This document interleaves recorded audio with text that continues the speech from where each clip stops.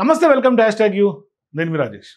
తెలంగాణలో ప్రభుత్వాలు మారినప్పటికీ కూడా చాలా కఠినమైనటువంటి చర్యలు తెలంగాణలో కాంగ్రెస్ పార్టీ ప్రభుత్వం తీసుకుంటుంది. ఒక రకంగా చెప్పాలంటే డ్రగ్స్ నియంత్రణలో కానీ, గంజాయి నియంత్రణలో కానీ, లేదు అంటే ఈ స్పా సెంటర్ల అక్రమంగా నిర్వహిస్తున్నటువంటి అటువంటి దాన్ని నియంత్రించడంలో కానీ, లేదు అంటే బహిరంగంగా జరుగుతున్నటువంటి వ్యభిచారం, ఇట్లా చాలా వరకు కట్టడి చేస్తున్నట్టు కనిపిస్తుంది.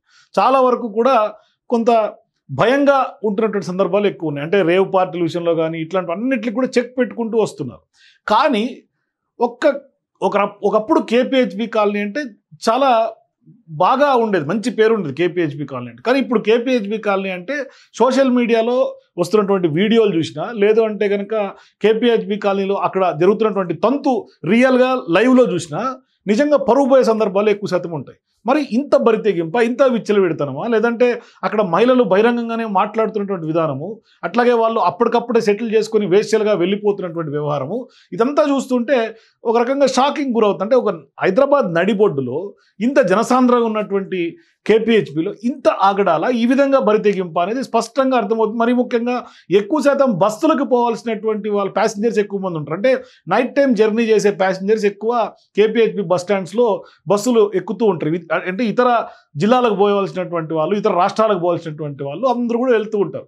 అంత క్రౌడెడ్ ఏరియాలో మెట్రో స్టేషన్ కింద జరిగే తంతు చూస్తే నిజంగా కళ్ళు బైర్లుగా ఉంటాయి. రాత్రి 12-11 దాకా కూడా ఇదే తంతు ఓపెన్గా జరుగుతూ ఉంటుంది.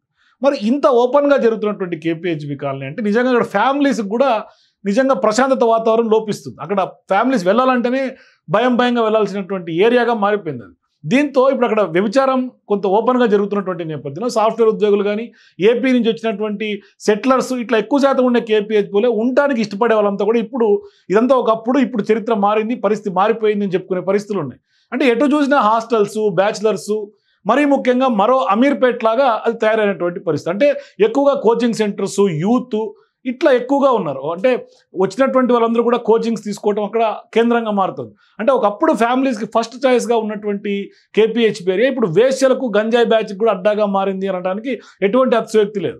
మరి కేపీహెచ్బిలో తరచూ జరుగుతున్నటువంటి హత్యలైనా, జరుగుతున్నటువంటి అసాంఘిక కార్యకలాపాలు ఇందుకు స్పష్టమైనటువంటి నిదర్శనం. మరి ఇప్పుడు తాజాగా ఒక ఇన్సిడెంట్ జరిగింది. మంగళవారం రోజు ఆ ఇన్సిడెంట్ వెలుగులోకి వచ్చింది. అది చూసిన తర్వాత కేపీహెచ్బిలో అంత బరితెగింపుగా అసాంఘిక కార్యకలాపాలు పెరుగుతున్నప్పటికీ మరి పోలీస్ శాఖ ఏం చేస్తుందనే క్వశ్చన్ మార్క్ కూడా వచ్చే అవకాశాలు ఉంటాయి. అంటే ఒక రకంగా అక్కడ నడి బజార్ మీద వేశ్యను బుక్ చేసుకుంటున్నటువంటి సందర్భాలు ఉంటాయి. అట్లా బుక్ చేసుకోబోయి ప్రాణాల మీద తెచ్చుకున్నటువంటి ఘటన ఒక సాఫ్ట్వేర్ ఉద్యోగికి ఒక ఎగ్జాంపుల్గా నిలుస్తుంది. అంటే జరిగినటువంటి ఘటనే అది. మరి ఈ ఘటనకు సంబంధించినటువంటి ఆ డీటెయిల్స్ కనుక ఒకసారి చూస్తే, మధుగౌడ్ అనే సాఫ్ట్వేర్ ఉద్యోగి రవలి అనే వేశ్యని బుక్ చేసుకునేందుకు అక్కడ డీల్ సెట్ చేసుకునేందుకు అక్కడ జరిగింది. మరి ఈ క్రమంలో ఇద్దరి మధ్య కొంత వాదోపవాదాలు, అది కాస్త పీక్ లెవెల్కి వెళ్ళి గొడవకు దారితీసింది.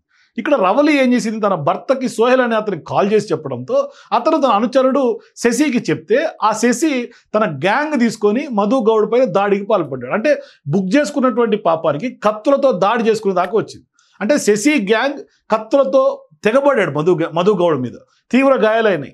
మరి దానికి సంబంధించినటువంటి దృశ్యాలు కూడా సీసీటీవీ కెమెరాలో కూడా దాడికి సంబంధించిన దృశ్యాలు రికార్డ్ అయినాయి. మరి ఈ ఘటనకు సంబంధించి సమాచారం అందుకున్న పోలీసులు కేసు రిజిస్టర్ చేశారు. సోహెల్, శశి, ఆ గ్యాంగ్ అందరినీ కూడా, ఆ మహిళను కూడా, రవలిని కూడా అదుపులోకి తీసుకున్నారు, విచారిస్తూ ఉన్నారు. కానీ నిందితుడు శశి ఏమో హిమాయత్ నగర్ చెందినటువంటి వాడు. అతని తండ్రి సీన్ కట్ చేస్తే ఒక హెడ్ కానిస్టేబుల్ అట. అంటే ఒక హెడ్ కానిస్టేబుల్ కొడుకు కూడా ఈ దందాలో పార్టిసిపేట్ చేస్తున్నాడు అంటే ఎంత విస్తుపోతుందో చూడండి, ఎంత షాకింగ్గా ఉందో చూడండి. మరి ఈ ఘటనలో చాలా తీవ్రంగా గాయపడినటువంటి మధు ఇప్పుడు ప్రాణాలతో కొట్టుమిట్టాడుతూ హాస్పిటల్లో చికిత్స పొందుతూ ఉన్నాడు. అంటే కేపీహెచ్బి లాంటి ఏరియాల్లో రాత్రి 10 దాటితే చాలు సెక్స్ వర్కర్లు రెచ్చిపోతూ ఉన్నారు. వాళ్ళ ఇష్టం వచ్చినట్టు చేస్తున్నారు, అడ్డు అదుపు లేకుండా పోతుంది.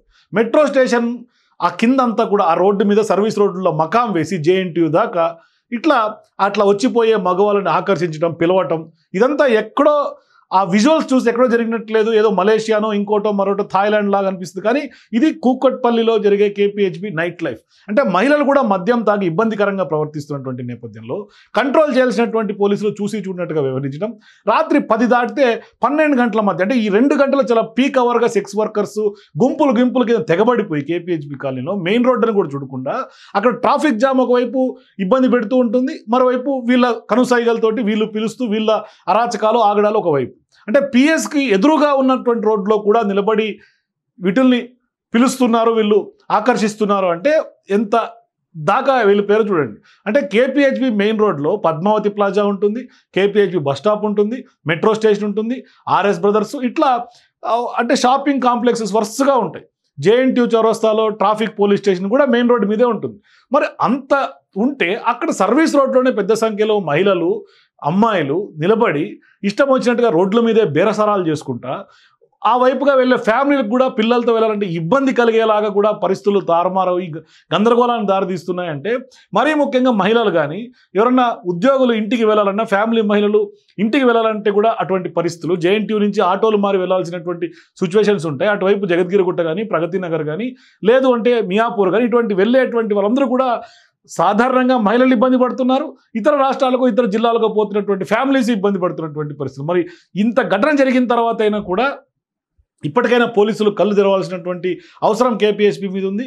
లేదు అంటే సిచ్యువేషన్స్ మరింత డ్రాస్టిక్గా దిగజారిపోయి కేపీహెచ్బి అంటేనే ఒక రెడ్ లైట్కి అడ్డాగా మారే అవకాశాలు భవిష్యత్తులో ఎంతో దూరం లేదని మాత్రం స్పష్టంగా చెప్పొచ్చు. సో మీరు కూడా కేపీహెచ్బిలో మీకు ఎటువంటి ఎక్స్పీరియన్స్ ఎదురైనాయి, మీ అభిప్రాయాల కింద కామెంట్స్ తెలియజేయండి. For more videos please watch #.